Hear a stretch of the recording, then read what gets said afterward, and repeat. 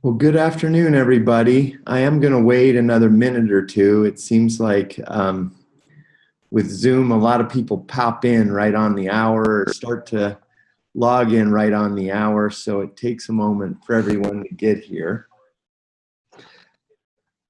I got a comment that with the angle of my desk and my camera that somebody was concerned that I was looking down on everyone because of my height and the angle of my stand-up desk. So I want people to know that I'm definitely not doing that. It's just a function of the geometry in my office.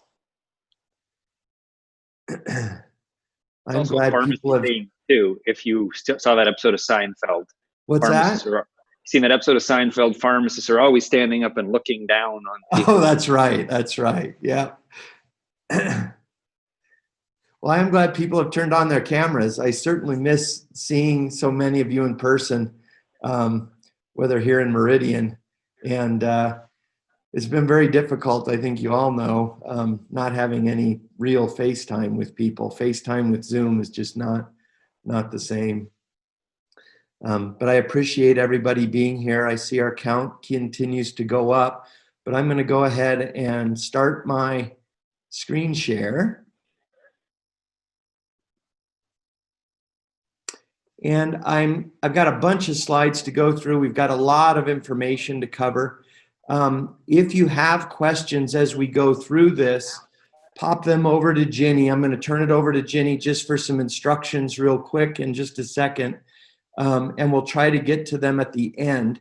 I think it'll be better for me to just work my way through the slides and then get to as many questions as we can. If we don't get to all of the questions, I'm happy to stay a little bit longer. I know people have blocked out an hour and likely have busy days. But if we don't get to all of them, we will compile and provide answers to the group for those that we don't get to.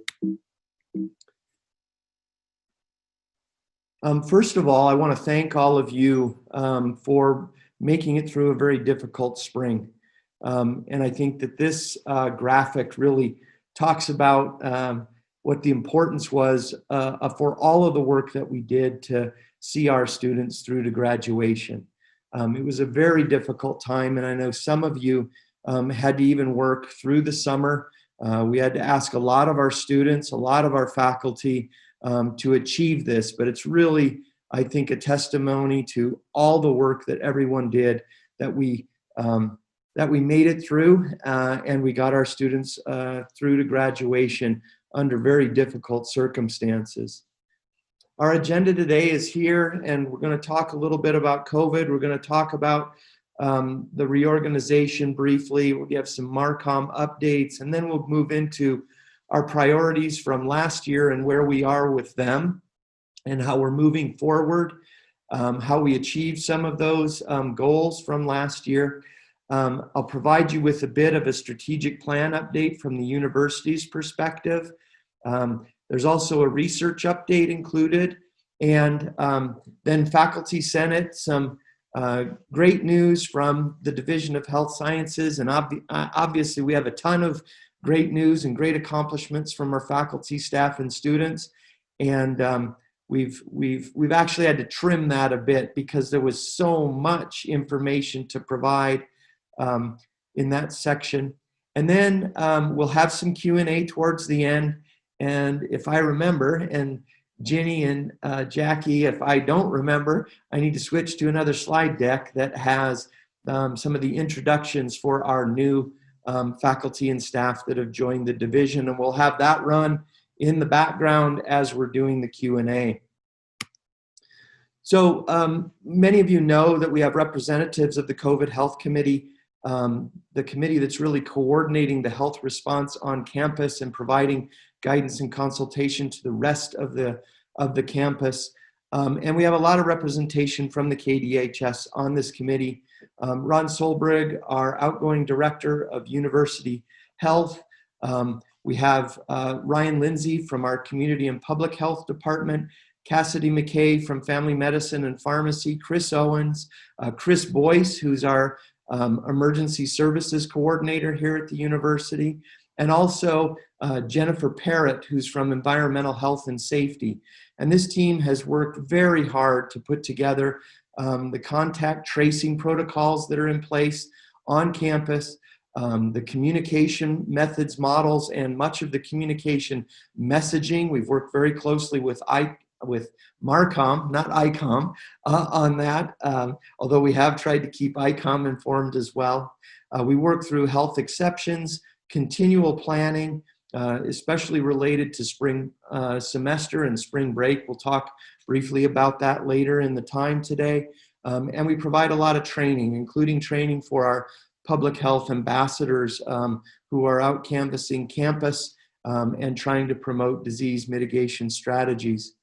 We also each week put together and evaluate a variety of metrics that guides the operational levels of campus and provide this scorecard to the President's Administrative Council. So this committee is working continually, and some folks on that committee are nearly spending all of their time related to managing our response at the university to COVID. You'll all, I think, remember, or those of you who are new may not have some of this history, but on July 1 of this year, the KDHS reorganized into 2 colleges from 4. That is the College of Pharmacy and the College of Health.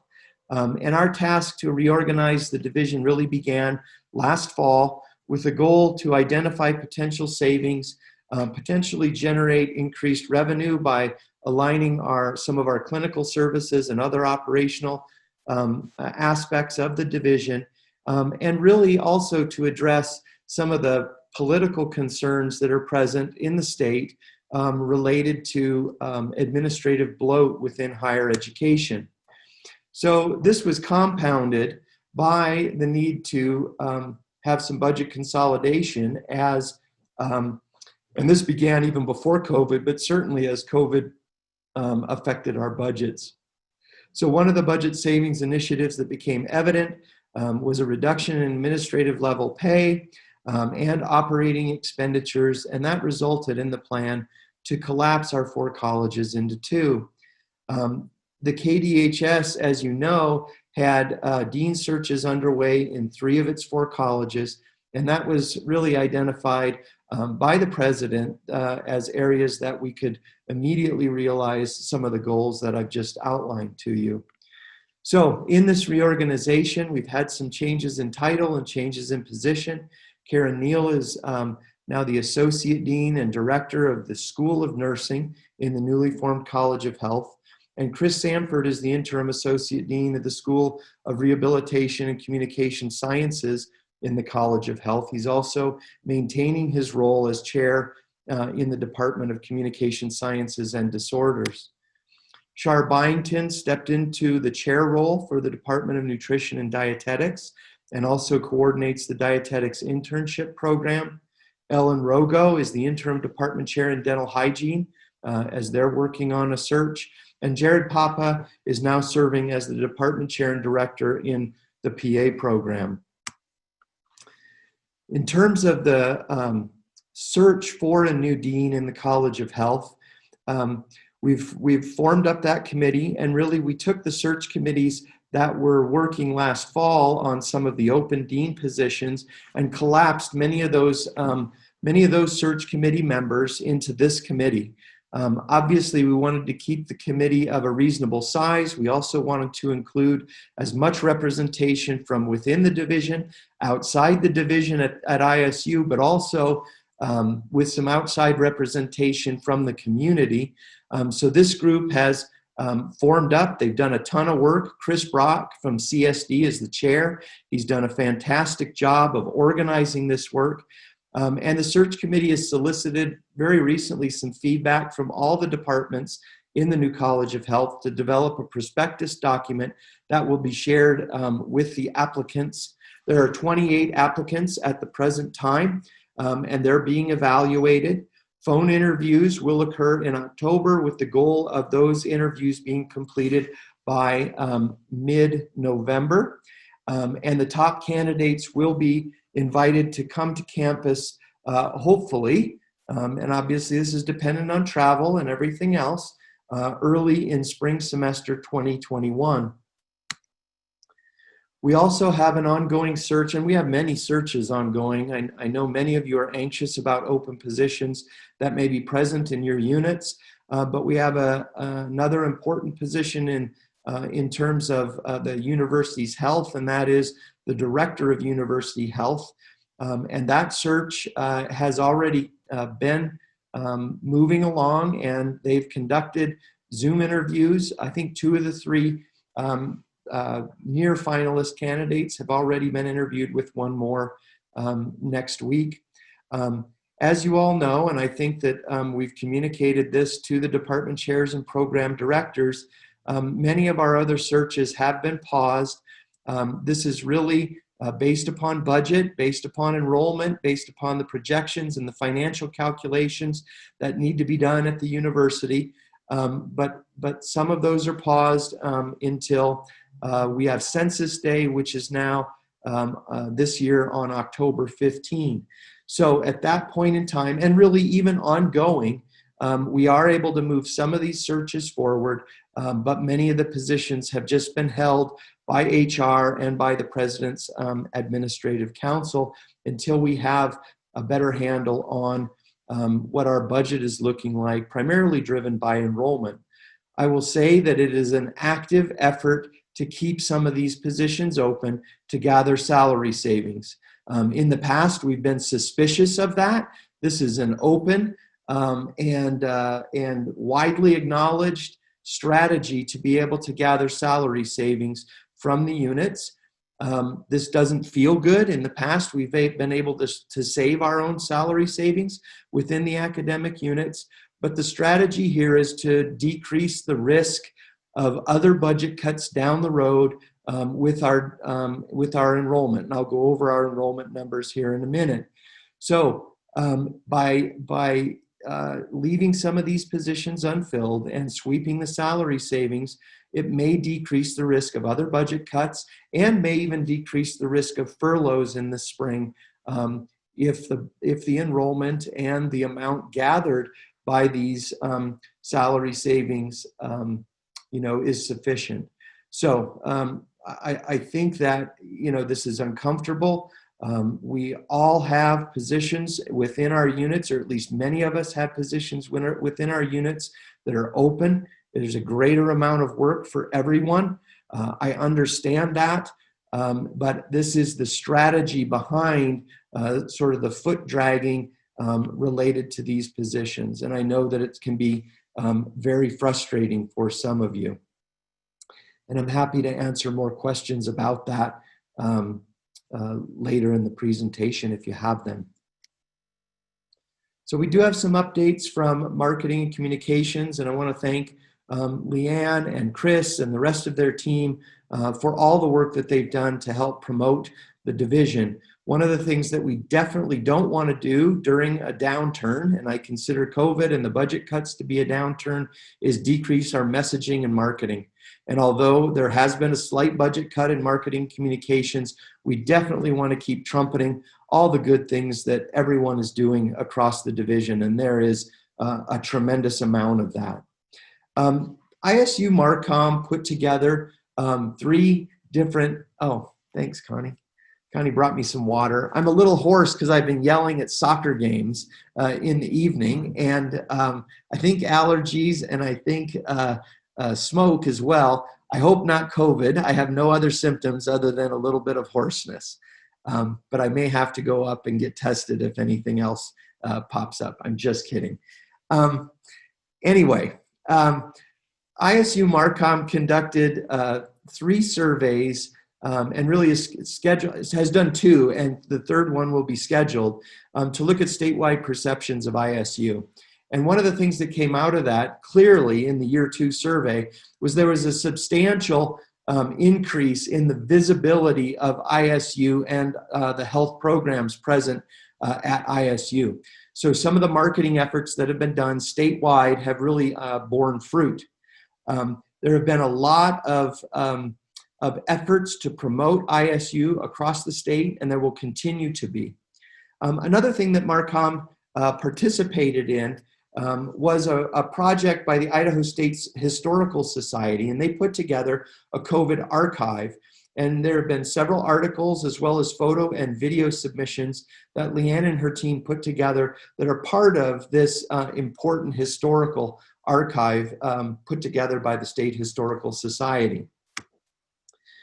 We've had multiple faculty members featured in the press and news outlets as COVID-19 subject matter experts, and the list is here. Dr. Solbrig, Dr. Lindsay, Dr. Hulse, and Mike McKiddish have all been involved in all of this effort, and I know many of you may have been asked to participate and be experts in other ways as well.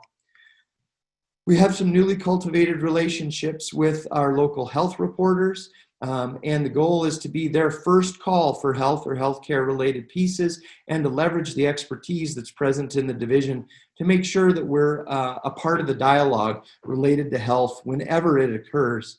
We've completed some public radio promotions with a couple of different radio stations to increase awareness of multiple programs in the DHS.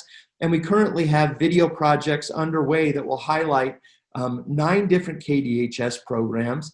And we have, as you'll see on the next slide, another video project that will highlight nearly every one of our programs as it relates to recruiting new students. And that's the next bullet here. The Office of Admissions has a video project that's kicking off. And I know that most of you in the programs have already been in contact with Leanne about having people speak on these videos, as well as highlighting important facets of the programs itself. Leanne has also put together, and I think many of you have participated in, a marketing survey. As you know, we've had a strategic plan for our marketing in the division, working through that plan for several years. And Leanne wanted your feedback as to how that was going, ways that we could improve, what have we done well. And she's reviewing those results, and we'll have them in the next few weeks and be able to disseminate that back to the division in terms of how you all feel about the effectiveness of our marketing efforts and what we can do better. We do have some challenges and some future initiatives. Obviously, we're going to continue to market the KDHS clinics. We're going to try to market even more in the Treasure Valley, which I think is very, very important. It's going to be a bit challenging because we've lost Chris Gavitas in the Treasure Valley, who is one of our conduits to many of those media markets there. But we're working on reestablishing the right kinds of connections and working with the Central Marcom unit to be able to make sure that we get the right kind of media and market penetration there. We also are creatively increasing awareness of programs with a limited budget. And Leanne has worked with medical lab science, for example. There was a lot of news reports about medical lab science and the importance of MLS in responding to the COVID pandemic. And we were able to plug some of our faculty into that dialogue and in a way promote our programs through those news pieces. And then we're also looking at other ways to engage high school and college age students in the virtual world. And obviously, social media, digital media, and video is really replacing in-person events. We're learning as we go to some extent, but clearly a focus in these areas is going to be a big part of what Marcom is working on moving forward. And we want your ideas as to how to best do that. What you're hearing from students or prospective students to be able to formulate our strategy about these kinds of issues. So our past priorities from spring of 2020, these are sort of the things we talked about at that time. Obviously, student connections are our #1 priority, and it ties right in to bullet point #2, which is related to recruitment and retention. And we've done very well with this in the division. We've even grown, as I'll show you in a few minutes, with the numbers. And I appreciate all that everyone has done to engage with our students and prospective students. There is a more aggressive push for advising support, and I'll talk in a minute about how we've worked to reorganize our advising services, both on the Meridian and Pocatello campuses, under a recruitment and advising umbrella. We clearly want to emphasize underserved populations and work at ways to increase the diversity in our student body to match that of our state and to reach out to underserved populations in a more effective way. We have early assurance programs that have either started or are in the planning stages, and those are going to be important down the road. And I know several of the other programs are actively working on these kinds of strategies. We also are working on developing pre-professional pathways, and under Chris Owens' leadership, we'll talk about where those pre-professional pathways are going. We had to reorganize, and we've achieved that. We've already covered that during this presentation. And we need to continue to work on articulation plans with our community colleges, which I know many of you are working on in your programs. So just to provide you with a little more detail related to some of these initiatives from last year and how they've progressed, I have some detail about recruiting and advising. So our AVP, Chris Owens, has been working with Shannon Oler, who's an academic advisor and our recruiting coordinator. Shannon took Jackie Berrigan's place, as many of you know. Valentin Garcia was also hired as his role in the PA program on a grant, kind of timed out with the grant funding. We were fortunate enough to add Valentin as a health sciences advisor on the Meridian campus.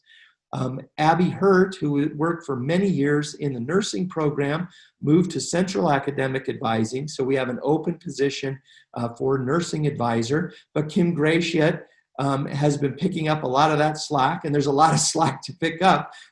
Those individuals have been providing a tremendous service to the dozens, if not hundreds, of pre-nursing and nursing students that are on our campuses.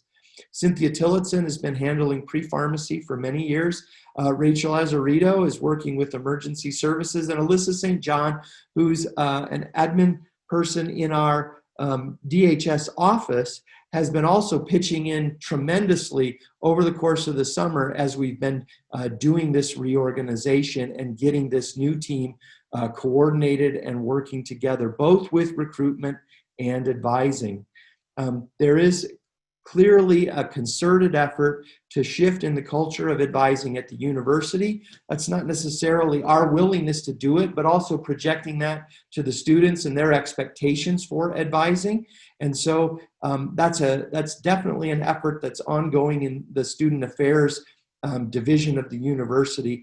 And we're working hard to coordinate our efforts and collaborate closely with ISU Central Advising. The other things that are being developed include some tweaks to our BS and HS, and they're more than tweaks. They're major, I think, improvements in our BS-HS undergraduate curriculum. And what Chris Owens and others have been working on is adding tracks. These tracks are listed below so that we can more actively promote the pre-health pathways for students and advise them through those pathways here on campus. And they include the different programs and pre-professional programs you see listed on this slide. We also, and this is with the help of folks on the Meridian campus, including Dana Gaudet and Patty Marincic and others, have helped to develop an associate degree in health science. This associate's degree in health science will be available to students starting in the fall of 2021. It will be rolled out in a large way, but also specifically to the medical arts charter school in the West Ada School District in the Treasure Valley. And then a couple of other just sort of housekeeping announcements about recruiting and advising. Experience ISU is going to be virtual. It's going to be there at the end of October. And we just recently had to unfortunately cancel Meridian Health Science Night this year, but hopefully we'll be back and better than ever in the future when we don't have to worry about COVID. So what's happened with our enrollment, and these numbers have come from Central Academic Advising in the DHS. and these are just as of a week or so ago. We're up nearly 2% year over year. It's always a little difficult to count all these students because in some programs we have the pre-professional students, in other programs we don't. The numbers that I see with back of the envelope calculation indicate that we probably have well over 3,000 students that are either on a path to one of our programs or already in one of our programs here at ISU. And I really want to give a shout out to all the folks that helped to contact and engage students over the summer and even back into spring to make sure that they were here and engaged and enrolled and re-enrolled in our programs. This team from May through July had an average of 760 contacts per week with our students. That was email, that was text, it was phone call, any way we could contact them. And I really appreciate everyone who pitched in on this effort. I know Ryan Giroux even helped with some of these things as he was, sort of sidelined with not being able to go out and do donor visits and that kind of thing. He helped make contacts with students and potential students. And I know many of you did. Certainly don't want to leave anybody out in that acknowledgement. So let's talk budget for a minute. Back in May, we were asked for revised budgets. These budgets were, we were asked to have an average of about a 5% reduction across all of the academic units and non-academic units here at the university. This was related to the rapid economic downturn that occurred in March, April, May. So as of May 2020, these are the reductions that occurred in the then College of Health Professions, College of Nursing, College of Pharmacy, and College of Rehabilitation and Communication Sciences. And then we also have budgets for Meridian and for the divisional office. The divisional office also includes a big chunk of our budget is University Health and Wellness. We lobbied very hard for those units to not be affected by the budget cut because their budgets are adjusted regularly based upon enrollment. And so it looks like the division office, which is our administrative office, did not take as large of a cut. That is true, but the cuts did come in other parts of the divisional office. They did not come from the large budget at University Health because that budget is adjusted with enrollment. 97% of their budget comes from student fees. And so it's adjusted as enrollment goes up and goes down. And we also felt and argued that there was a very important health mission for those units as we were transitioning out of in-person to online and then having to ramp up and deal with COVID-related activity here on campus. So that's why that particular unit kind of sticks out. Now, we also proposed some ongoing investments, and these investments in the DHS were approved. And so now with our currently adjusted budget, we actually are going to see significantly different numbers. 2 faculty were approved for the occupational therapy expansion, and we just got approval to be able to search for those individuals with the hope that they can start in spring semester. We got some money for accelerated nursing faculty and for nursing faculty to help with our articulation with College of Southern Idaho and the BS completion program in the Magic Valley. Meridian and the TDAPL received some money for an anatomist. Paramedic Science received some operating as well as the accelerated nursing program.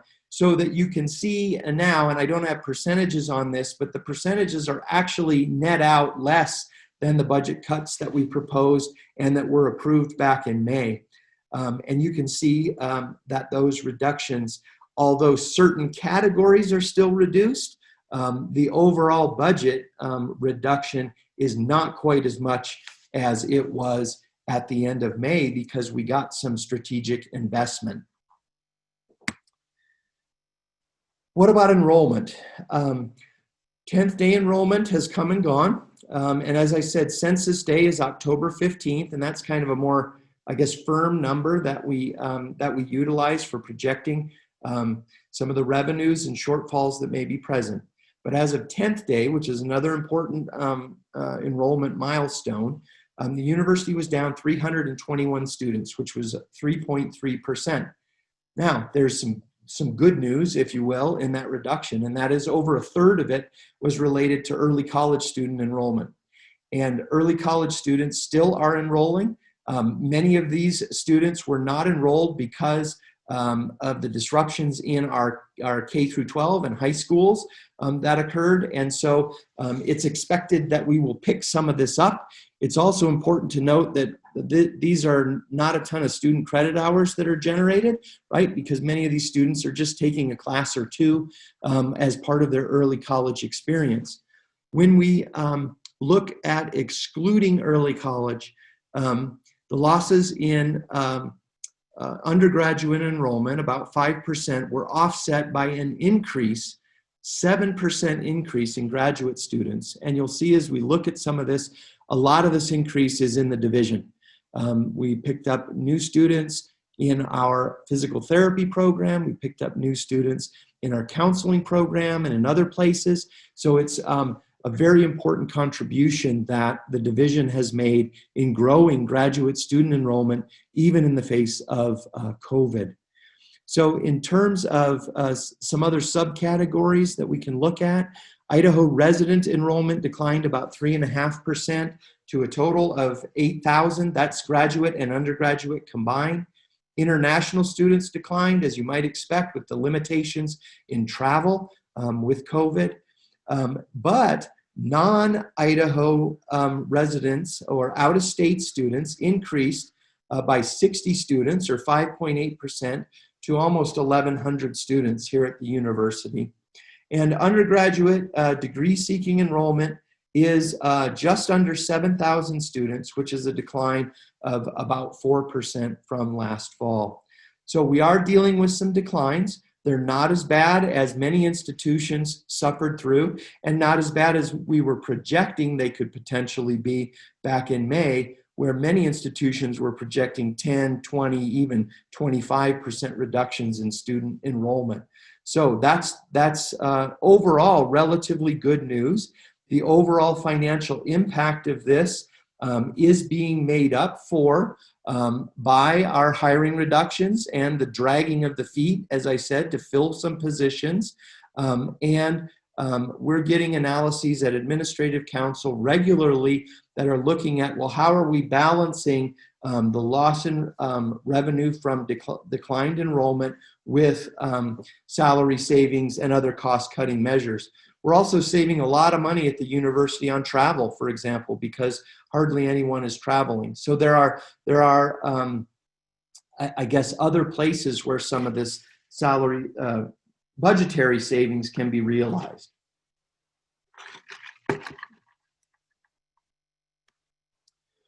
There's program growth going on in many departments. Counseling, 12 students. Nutrition and dietetics, 13. And these numbers are from institutional research. They may vary slightly from the students you see in your seats, but these are what are being projected out of IR right now. You can see that, that the growth is substantial across the division. These are both graduate and undergraduate programs. Here are some other programs that have increased enrollment. So, what are our priorities for this fall? Obviously, we want to maintain momentum with recruitment and retention.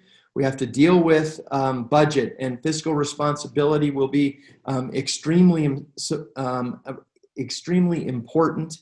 We need to make sure that we're supporting our students adequately with this transition to online learning. And I know it's been difficult for our faculty, but we need to have frequent check-ins with our students and make sure that we're supporting them through this process because we're obviously not going to see them face-to-face nearly as often as we would in a normal year. We're going to continue to work on our articulation plans with community colleges, implement that Associate of Science and Health Science degree that we talked about. We're going to continue to try to grow where we can grow. And I would encourage all of you to think about ways that we can grow and do the belt tightening that's necessary for fiscal responsibility. A big initiative that's mandated by the State Board of Education is a program health assessment, and that will feed into new budget models. So some big projects that are going to be going on at the university and within the division are looking at the health of our programs and then having a better understanding of the revenue side of the equation. Last year, we dealt with the expense side of our budget. Glenn Nelson and Jen Steele and the rest of the Office of Finance and Business Affairs are going to be working on how do we distribute revenue in an appropriate way in a new budget model. And I expect that we'll be very, very engaged in those discussions. And they will relate to how healthy our programs are moving forward. Again, that all ties into recruitment and retention and communicating with our students. We also are expecting growth in our accelerated nursing program. We expect that OT will be able to expand to Meridian in the fall of 2021. We're standing up a graduate certificate in rural health. Bengal Pharmacy is transitioning from the foundation into the College of Pharmacy, and we're looking forward to that, although there's quite a bit of work associated with it. The 100th anniversary celebration of the College of Pharmacy was put on hold, so it'll be the 101st anniversary of the college that will occur in the fall of 2021. And we are working with potential donors on a very substantial Leonard Hall renovation and the creation of the Centennial Patio, which will sit on the quad side of the College of Pharmacy and be a very nice monument to the 100 years of the college.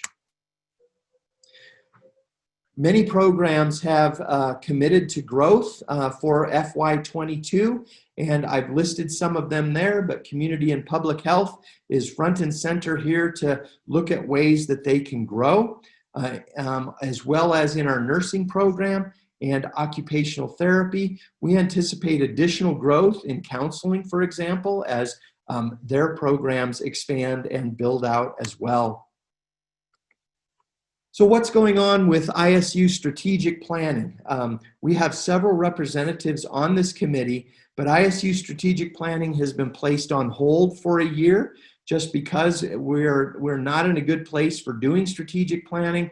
A lot of that would be very beneficial if it could occur face-to-face, but also with COVID impacting so many aspects of university function, it was felt that we would put strategic planning for the university on hold for a year. And what has happened is instead of having a strategic plan that we're working under, we will work on shorter term operational plans. And that's one of the reasons I'm throwing out some of these goals for the next year is they're part of our operational planning. And then we'll have some of these within the individual academic units as well. I want to transition and talk a little bit about research, and I appreciate Patty Marincic and the ICHR team, Renee Robinson, Elaine Nguyen, Mary Van Molken, and others for putting this information together. The ICHR is our, I guess, committed research unit within the division. For those of you that are new, this group does a lot of work to promote research related to health outcomes and wellness, and is engaged on all of our campuses, and is it's free to join, people. You're more than welcome to be a part of the ICHR. More information is on the website isu.edu/ICHR. So Rick Tivis, who many of you know, was a biostatistician that worked within the ICHR and on the Meridian campus. He retired in August of 2020. The core team that you see here, this is Patty Marincic, Renee Robinson, Elaine Nguyen, Barb Gordon, and Mary Van Molken, will be helping to coordinate activities, the meetings, the learning sessions, and that sort of thing. And Irene Van Worden, who has moved from the School of Nursing into the Department of Community and Public Health, will be assisting with some biostatistical support.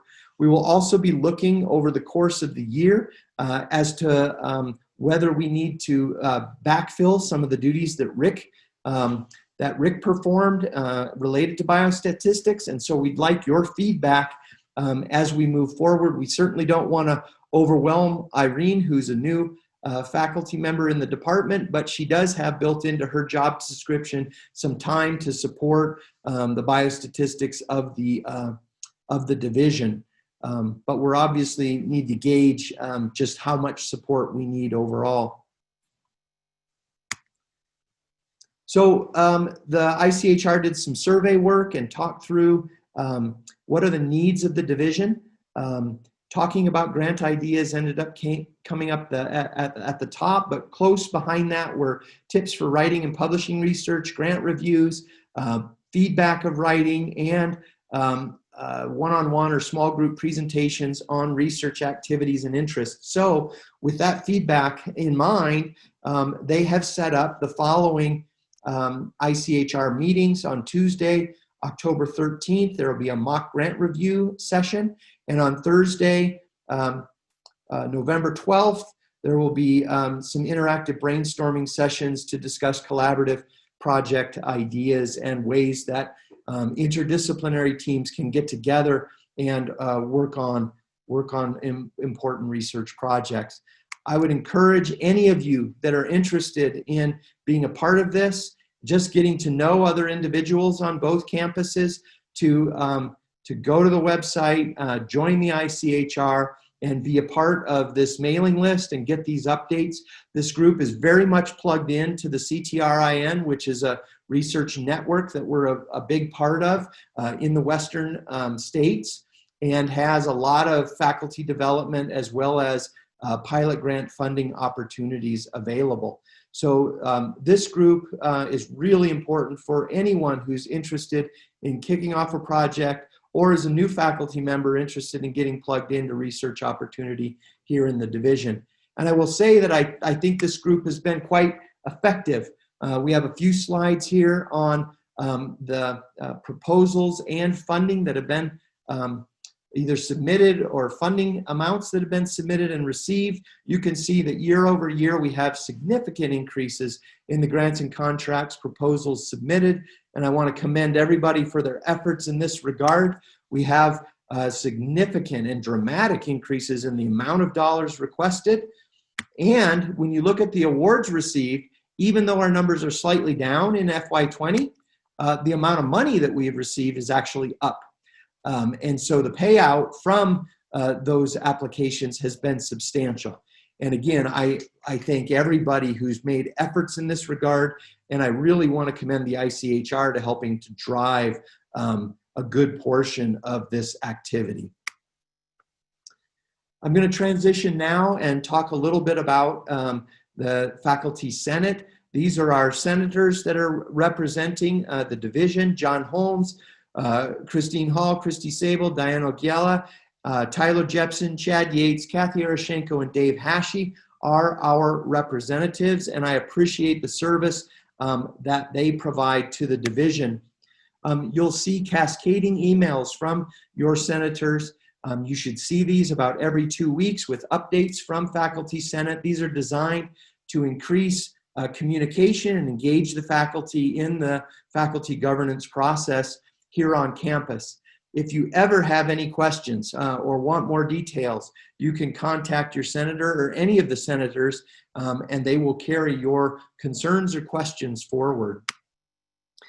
The provost and I just went to Faculty Senate this last week to talk about potential spring schedule changes and basically to address some of the concerns that are out there for bringing students back after a long Christmas holiday break, and the other impacts of having a spring break sort of in the middle of spring semester and those impacts. And we are considering several options right now, but what we did when we went to Faculty Senate was ask them for ideas and input as to what spring semester should look like and the impacts of changing spring semester on your individual programs. So please provide feedback. There's already been a request made for that feedback, and we're hopeful that feedback will be back at the Provost's office through Faculty Senate actually later today, which I know is a short timeline, but we have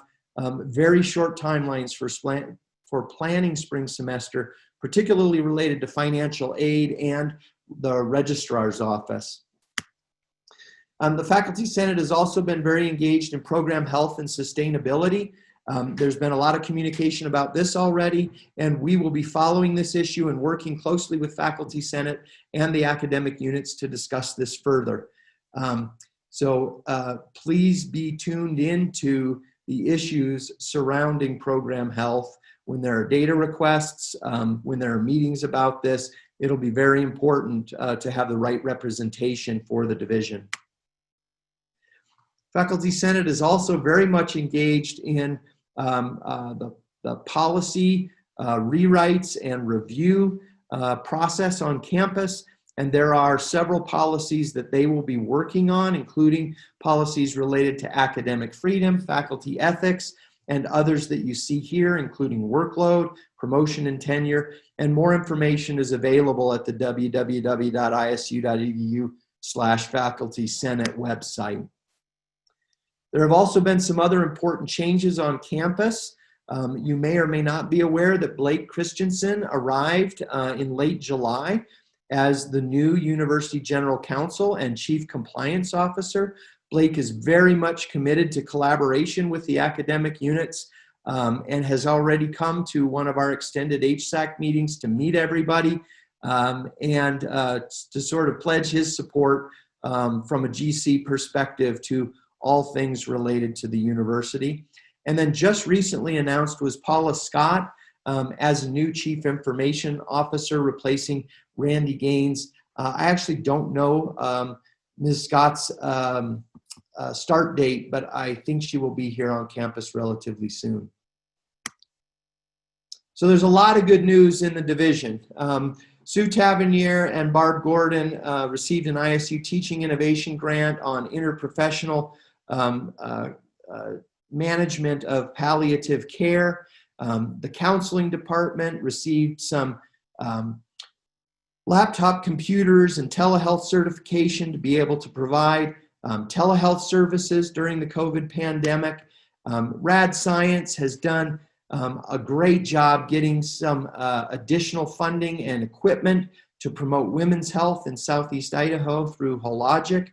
We had a great ISU day at the Capitol with our legislators back in January. Dental Hygiene is working with Southeast Idaho Public Health on oral health issues, and Community and Public Health also partners with the health department to address smoking and vaping and those impacts. The PA program is 25 years old. Family medicine received a project with Bill Woodhouse as the PI for a nearly $2 million grant from HRSA to expand programs in interdisciplinary training and rural health training in our family medicine residency program, but it also includes our pharmacy residency program and psychology internship program. Melanie Wright, who's a new faculty member in the College of Pharmacy, a research associate professor that was hired early last spring semester, just recently received an R01. This is the only R01 on campus at present. So congratulations to Melanie. This is a 4-year project. Melanie does a lot of work in health technology and the interface either between the users on the healthcare side or on the patient side. And this is really an impressive grant that Melanie was able to obtain. The Department of Ed received a big grant on suicide prevention, and our IRH is receiving a chunk of that to help with evaluation and analysis of data. The MOT program received some equipment for use in their neurological function assessments in the lab. And the Scottish Rite Foundation is providing funds, scholarship, and money that can provide equipment for speech-language pathology students. Our nursing students played a vital role from the very first days of the COVID epidemic, working with the COVID hotline. There are also students from other disciplines who are in the Medical Reserve Corps who helped at Southeast Idaho Public Health and are still helping in that capacity. And we had 3 faculty members that were recognized as master teacher, outstanding service, and outstanding research, those being Tori Sharp, Christina Blazer, and Danny Zhu, respectively. And I think you all have seen Steve Stubbs and Lavona Andrew, who work with the Governor Little's press conferences and have gotten a lot of very positive press for the work they do as interpreters for those very important press conferences. Family medicine, physician assistant studies, and radiographic science are all working together to improve training across these disciplines in ultrasonography. Our dental hygiene program was ranked as one of the top 5 master's programs in the country, and it's an online program.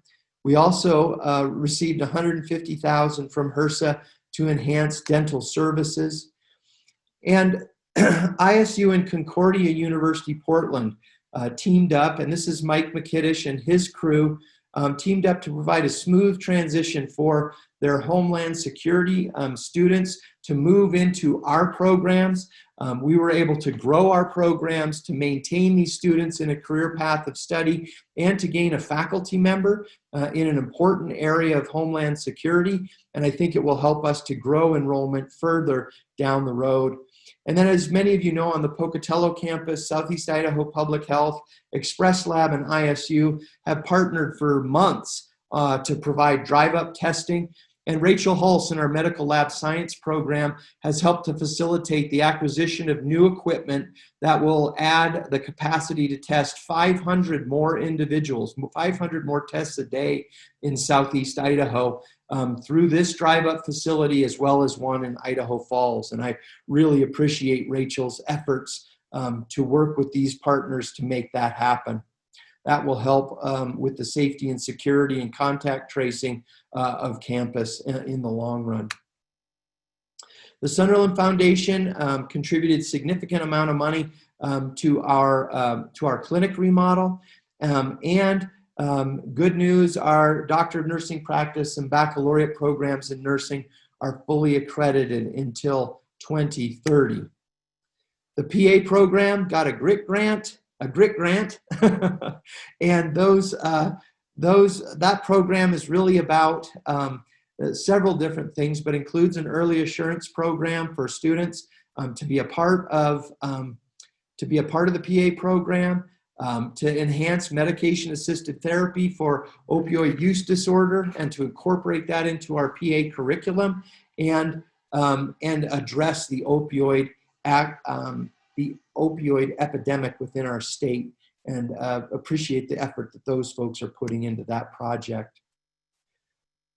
In July 2020, the first psychiatrists in our new psychiatric residency program, which is in collaboration with the U of U, started. They'll spend their first 2 years, or most of their first 2 years, at U of U, although they'll spend a little bit of time up here, but the bulk of year 3 and 4 of that residency training program will be spent in Southeast Idaho, with the goal of bringing more psychiatrists to this part of the state. And the IRH received a $550,000 grant in partnership with AmeriCorps that helps to provide care to rural Idahoans. And there is a ton more good news in the division. And I know I'm going through this very, very quickly, but lots of faculty received awards and recognition that I haven't been able to call out today. But I will say Leanne and her team have done an outstanding job of collecting this information, archiving it, and they have a tremendous backlog of stories to do too. Anytime there are these good things that happen, please feed it to Leanne because we want to maintain that flow of all the good news that happens in the division. So a few save the date things here. We're going to have a town hall with new faculty in October. So those of you that are new faculty, please look at saving the date and look at your email. to find the emails when we get that scheduled. It's not been scheduled yet, but we'll get it scheduled so that we can have some discussion with our new faculty. The Healthy Bengal Wellness Fair will be occurring outside on the quad with lots of distancing and later in September, or actually it's just a week or so from now, from 11 a.m. to 2 p.m. Flu shots will be available, and we would encourage people to show up, keep your distance, wear your face mask, but see all the good things that are happening on campus associated with the Wellness Fair. If you have events that need to be added to the KDHS calendar, or if you'd like to subscribe to this calendar so that you can be aware of everything that's going on in the division, please utilize this. To add events, you can email to kdhs-calendar@isu.edu, and then you can see the calendar here on our website. So I know this isn't ideal. We didn't get to have street tacos together, but I do have a picture of street tacos here, thanks to Connie providing that. And we want to hear your feedback about this format. I know that we're nearing the end of our hour. We may not be able to get to many of our questions. As I said, I'm happy to stay a little bit longer if people are willing to do so. We want feedback on this format. We want feedback on the scheduling of this event. We know it's not over the lunch hour, but not everybody can get to the event over the lunch hour. Maybe we need to do more of these each semester to be able to pick up additional people, do one in the morning, one in the afternoon. We'd like your feedback and hear what you think about this format. So I'm going to stop there. Jenny has some questions, and I'm going to fire up this other slide deck because we would like to show our new employees, and I will share my screen for that as well. So can you guys see that one too? Okay, so hopefully that'll just loop through. But Jenny, in the whole 3 minutes that we have left, do you want to fire away with any questions that might have come in? Yes, you bet. We had some pre-submitted questions, so I'm going to start with those, and I just included instructions on how to submit, very similar to past town halls. The first question for you, Rex, is can you share plans to move forward with biostatistician support for research? So I think we covered that one already, but we do have Irene Van Warden in the Department of Community and Public Health who is available for some consultation. Rick Tivis stepped away, and we're evaluating how we fill his position. And we want feedback from the division as to what our needs are, areas of expertise that are desired, and how our biostat support is working. Obviously, Irene's going to be plugged in with the ICHR team, and we'd like to work through that mechanism. But I'm happy to hear about what our needs are and what directions we might need to go for additional support with Rick's departure. Thanks, Rex. Next question is more, well, actually it's more feedback. They were wondering if you could hold this during lunch hour next time. They have a teaching conflict, and then asked if it would be recorded for later. And this is being recorded, and I'll make sure that Connie and Jackie get this link to send it out, and Leanne as well. So next question involves diversity. So the question is, there's a lot of talk about diversity currently, and a KDHS task force to address diversity underway.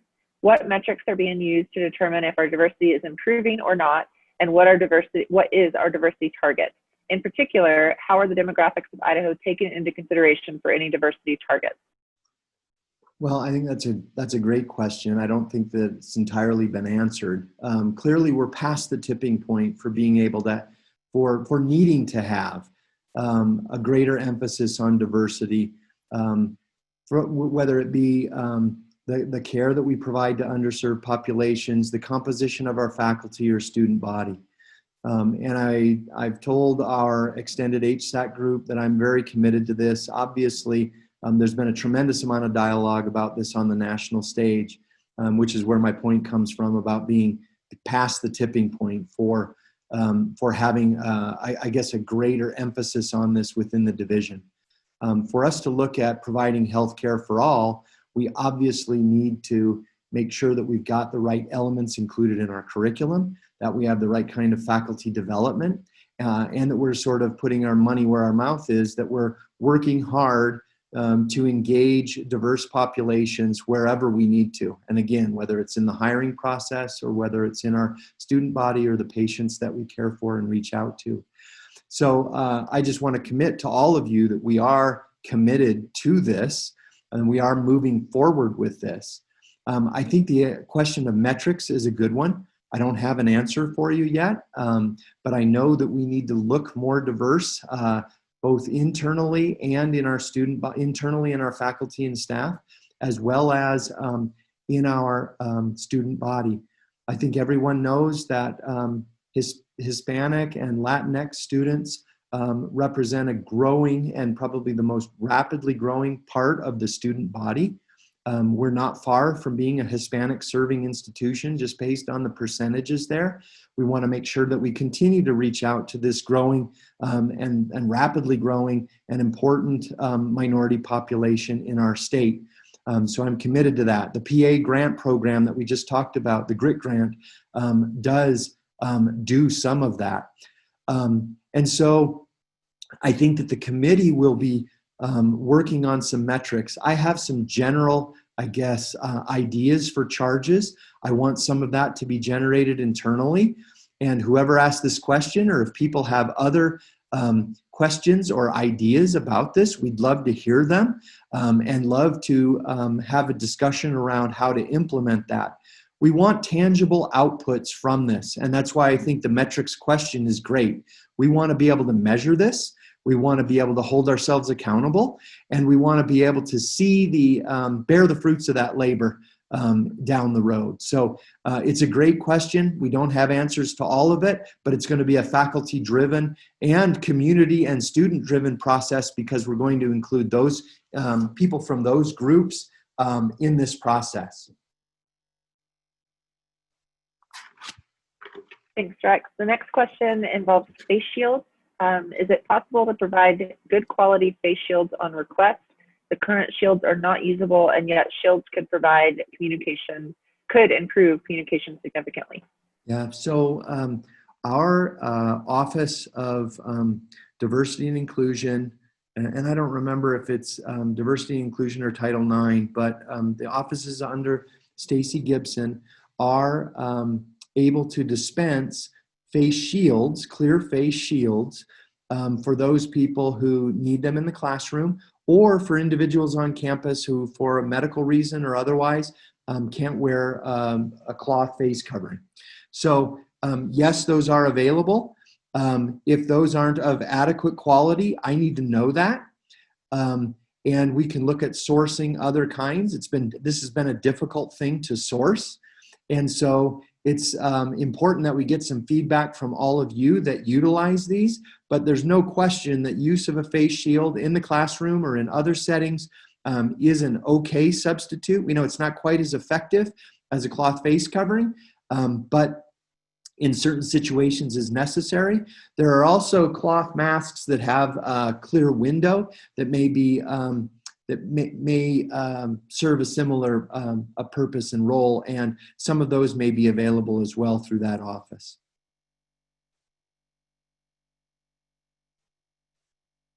Thanks, Rex.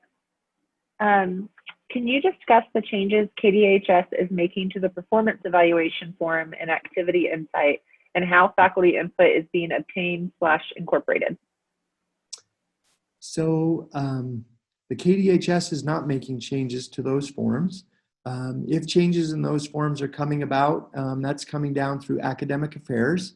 And I would imagine that they've engaged Faculty Senate in some way in terms of gathering faculty input to the content or how those forms are put together, what elements are included, et cetera.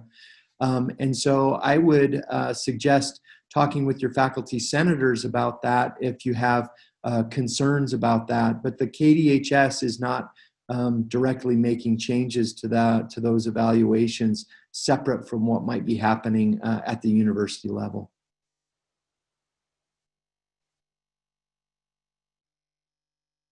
Rex. I don't have any other questions in the hopper here, so I'll turn it back over to you. Okay. Well, I probably talked too fast for an hour or 57 minutes. And I apologize, we did have a lot to get through. If you do have questions, you can certainly feed them through to Ginny. You can send them directly to me. If they're of wide interest to the division, I'd be happy to disseminate the questions and answers. Obviously, this isn't as good as being together in person, and I miss that. You know, I'm a fairly introverted individual, but the small percentage of me that's extroverted is definitely hurting during this time where we're all apart all the time. And so I know it's difficult for everyone. I appreciate the commitment to your program, to your students, and appreciate everything that all of you are doing to do the best for our programs and really to continue producing outstanding healthcare providers for the state of Idaho. So thanks very much for all of your effort, and I hope to see you in person live in the not too distant future. Thanks for being here, and I really, again, appreciate all that everybody's doing under difficult circumstances. Take care.